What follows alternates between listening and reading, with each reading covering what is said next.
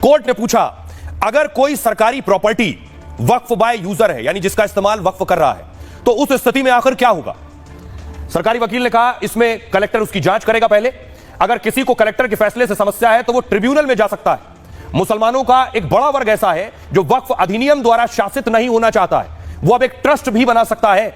Court ने पूछा, क्या किसी हिंदू ट्रस्ट के बोर्ड में भी गैर मुस्लिम सदस्य हैं। कोर्ट ने तिरुमला तिरुपति बालाजी का जिक्र किया। इस पर सरकारी वकील ने कहा, वो कोई उदाहरण नहीं देना चाहते हैं, लेकिन मंदिर की कानूनी देखरेख एक कमेटी करती है जिसमें मुस्लिम हो भी सकते हैं और नहीं भी।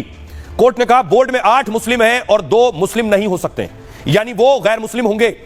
सरकारी वकील ने कहा, तब तो यह बेंच भी इस मामले में सुनवाई नहीं कर सकता है। कोर्ट ने कहा, जब हम कुर्सी पर बैठते हैं तो हम धर्म को भूल जाते हैं। हमारे लिए दोनों पक्ष एक समान है। आप इस बात की जजों के साथ तुलना कैसे कर सकते हैं। वक्फ कानून के विरोध में हो रही हिंसा पर सुप्रीम कोर्ट ने चिंता जताई है। सरकारी वकील ने कहा, ऐसा नहीं लगना चाहिए कि हिंसा का इस्तेमाल दबाव डालने के लिए किया जा सकता है। कोर्ट ने कहा, करीब 2 घंटे तक दोनों पक्षों ने दलील रखी। सुप्रीम कोर्ट ने दोनों पक्षों से सवाल जवाब किए।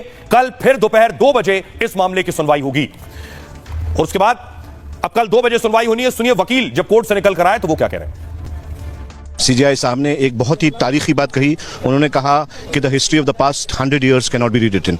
तो ये हमारे लिए सबसे ज्यादा इंपॉर्टेंट बात है। कल इंशाल्लाह 2 बजे हमको टाइम मिला है। उम्मीद करते हैं कि हमारे हक में फैसला होगा। अपने ऑब्जर्वेशन में कहा कि हाँ, जो बहुत सारे अमेंडमेंट्स हैं वह ऐसा प्रतीत होता है कि संविधान के अनुसार है, लेकिन उनका जो यूजर का जो डेफिनेशन है उस पर कोर्ट कुछ क्लैरिफिकेशन चाह रही थी। साथ ही साथ कोर्ट का कहना था कि जो काउंसिल के कॉन्स्टिट्यूशन में जो मेंबर्स हैं उसमें हिंदू मेंबर्स को लेकर के कोर्ट क्लैरिफिकेशन चाह रही है। इन 2 मुद्दों पर कल सॉलिसिटर जनरल साहब से और जो हिंदू पक्ष के जो तमाम हम वकील हैं हम लोगों से उस पर असिस्टेंस मांगा है, क्लैरिफिकेशन मांगा है। तो देश के महामहिम राष्ट्रपति जी ने उसको बहुमत से पास किया है, तो निश्चित तौर पर कुछ जो शिकायतें थी उनको दूर कर रही माननीय सर्वोच्च न्यायालय सुनवाई कर रही है और जो भी परिणाम आएंगे वो अच्छे होंगे, जो भी फैसले आएंगे वो अच्छे होंगे। हमारी सर्वधर्म संभाव, सर्वजन हिताय, सर्वजन सुखाय की भावना और ये अपनानी चाहिए।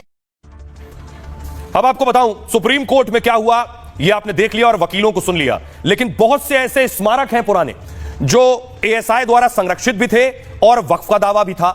ये नया कानून लागू होते ही लगभग 250 ऐसे स्मारक पर वक्फ का दावा खत्म हो जाएगा। आइए आपको बताऊं कौन कौन से वो स्मारक हैं जिस पर वक्फ का दावा खत्म होगा ये नए कानून लागू होते ही। वक्फ के 256 राष्ट्रीय स्मारक पर खतरा मंडरा रहा। नए कानून के बाद इन पर वक्फ का दावा खत्म हो जाएगा। ये वो संपत्ति है जो न दान में मिले न इनके कागजात हैं। ये सभी एएसआई संरक्षित राष्ट्रीय स्मारक हैं। इस लिस्ट में दिल्ली में अग्रसेन की बावली, दिल्ली का पुराना किला, प्रतापगढ़ गोंदिया फोर्ट इसमें शामिल है, बुल्डाना के फतेह खेड़ा मस्जिद सहित कई स्मारक ऐसे हैं। ये सभी एएसआई संरक्षित राष्ट्रीय स्मारक हैं, यानी आर्कियोलॉजिकल सर्वे ऑफ इंडिया इनकी देखरेख करता है, जिन पर वक्फ बोर्ड ने भी दावा कर रखा है। ये वक्फ बोर्ड को दान में नहीं मिली है। इन पर वक्फ के दावे का एक ही आधार है, इसे पहले कभी मुस्लिम धर्म के लोग इस्तेमाल करते थे।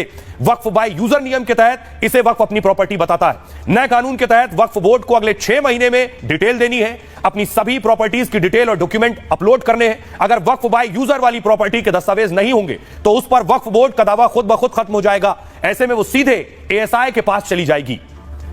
सुनिए जरा, मुगलों के वंशज, मुगलों की जो छठी औलाद है प्रिंस तुसी, वो क्या कह रहे हैं, सुनिए। कि 10 साल की हुकूमत कर 3 राज्यसभा के कुछ मेंबर को ले लिए, लोकसभा के कुछ मेंबरों को लेके आप बिल पास करके प्रेसिडेंट की सिग्नेचर लिए, तो ये होने वाला नहीं है। जनता पार्टी और नरेंद्र मोदी और अमित शाह उनके जो लोग हैं उनको बता दो, ये इसको बंदर भक्की मत समझिए आप। नूर का खून सर पर कफन बांध कर निकलता है, जंग का मैदान हो या कानूनी जंग।